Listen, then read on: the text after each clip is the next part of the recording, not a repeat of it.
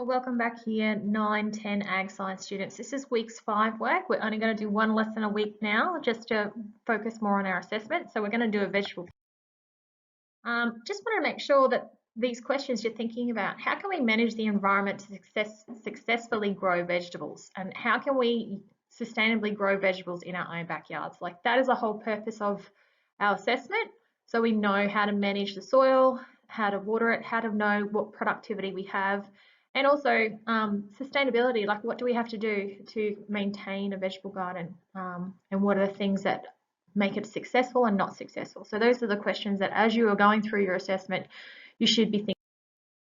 Okay, so today, lesson 7 is a vegetable market garden. So we're going to identify parts of the vegetable that is eaten. We're going to look at the structure and function of a vegetable, and we can compare types of seeds. The learning sequence is going to be an introduction to vegetable patch, plant structure and function. We're going to compare our image of seeds and have a look, and stem anatomy, what's the point of it, and also parts of a flower, which you already have done in science with me in year 8. So hopefully that will just be. So the vegetable market gardening, vegetables are one of the most used products in agriculture. Every household has a vegetable. You usually have one vegetable, usually in all your meals. Sustainable vegetable growing practices such as crop rotations and clever management of water and soil enable farmers to grow vegetables effectively. Your assignment is to investigate the best growing methods for plants so that you are able to grow and monitor your own vegetables. Just to let you know, from an economic point of view, in 2018 and 2019, in the Australian economy, $4.148 billion was invested or injected from vegetables alone. The top of that was potatoes at 1.3 million tonnes, that was worth $745 million, followed by tomatoes, mushrooms, leafy salad vegetables and carrots. In Australia at the moment, we have about 2,300 vegetable farms in. Now, looking at this graph, this is explaining to you the most popular vegetables produced in Australia by production value.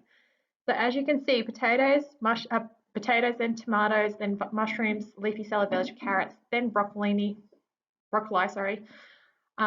cucumbers, capsicums, onions, fresh herbs, lettuce heads, beans, pumpkins, zucchini, and leafy Asian vegetables. So that's what the market looks like in Australia. And that's in 2016 and 2017. Plant functions and structures. Vegetables are plants of which at least one part is used for food. So out of any part of that plant, it's used for food. It can be its leaves, it can be its flower, it can be its roots, it can be its seeds, buds, fruit, and stem. So herbaceous plants have little or no woody tissue, usually grown in one season. So you usually put it in a vegetable patch, it grows for one season, and then you transfer it around. And that's why we call them rotational crops, because you can change the crops as the seasons change. Perennial, which you've probably heard of, is plants that lives for more than 2 years without needing to be resown. So for example, asparagus and Wagarrow greens are basically perennial. They can actually be grown for 2 years or more. All right, so vegetables that are classified according to the part of their plant that is eaten. So the part of the plant that can be eaten is the root, which is the carrot, beetroot, turnip. The stem, which is like a celery and asparagus. The leaf, which is lettuce, kale, spinach. The bud, which is Brussels sprouts. The seed, which is like corn, sugar snap peas. The flower, which is broccoli, cauliflower, artichoke.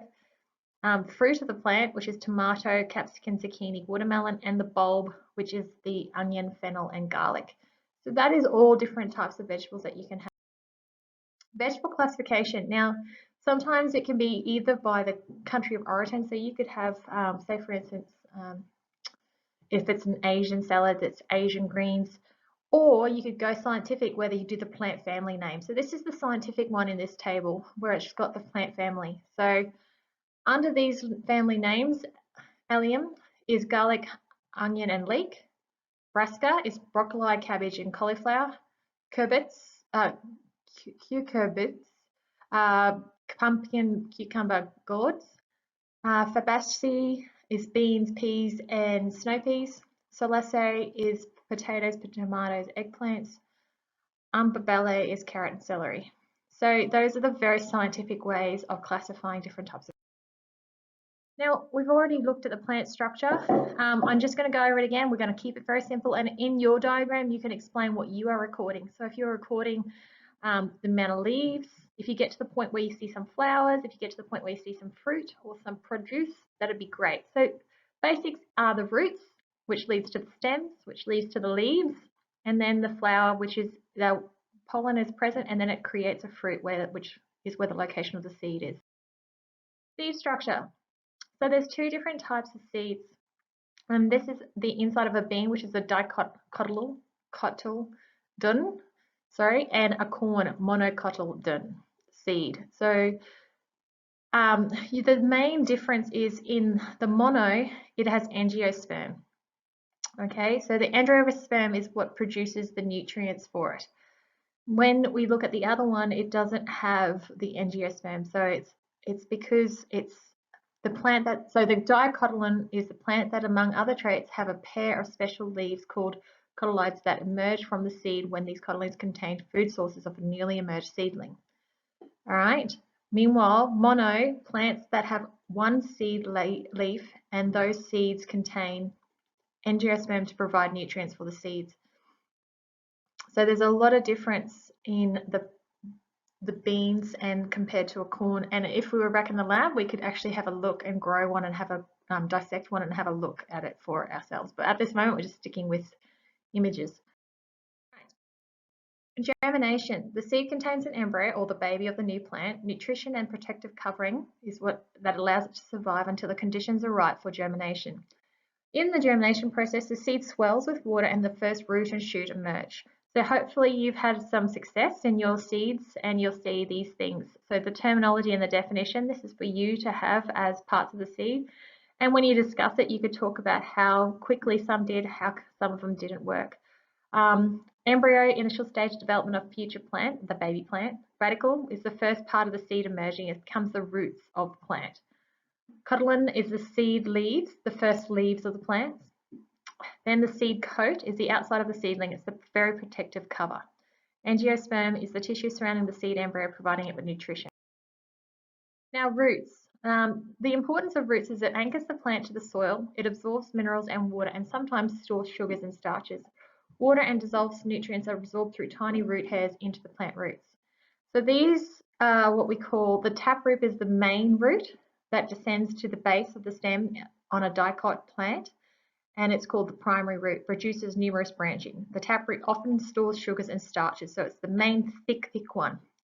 Then in monocots, you have multiple roots that come off the base of the stem in a monocot plant, and they branch out. So you can see a distinctive difference between the taproots on your left to the monocot's fibrous roots on the right.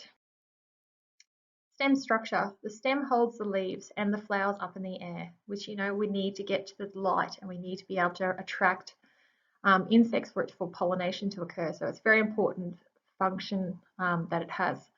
Phloem, which transports sugar, so it's highlighted blue here, that's where the sugars are transported, and the xylem, which transports water and mineral nutrients around the plant. So when we've looked under the microscope on some sections of stem structure, and we'll probably do that back again when we come back into the lab and just have a look at the phloem and the xylem again. Now in the leaves, this is the most important, photosynthesis. It occurs in the leaves. So the green color has got the chlorophyll.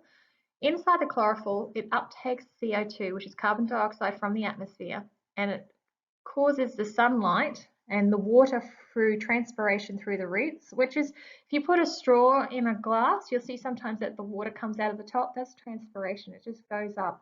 It's got the capillary action where it moves up the surface of the tubes inside the tree to its very tips of its leaves. So you need CO2 and water, and you need the light, which is acted in the chlorophyll. Then it produces glucose, which is another word for sugar. And glucose is a hexagon, and it's drawn there, its carbon structure, and water and oxygen. So down the bottom is a balanced equation of what photosynthesis is and the processes involved. And it's really important because it's the only thing that really changes carbon dioxide into oxygen. And the sugar is really important for the growth of the plant and the well-being of the plant. So photosynthesis and the leaves are very important for the well-being and the health of the plant. Flower structure. So we did this in Year 8 Science under reproduction. So you should revisit this. We all know the plant structures.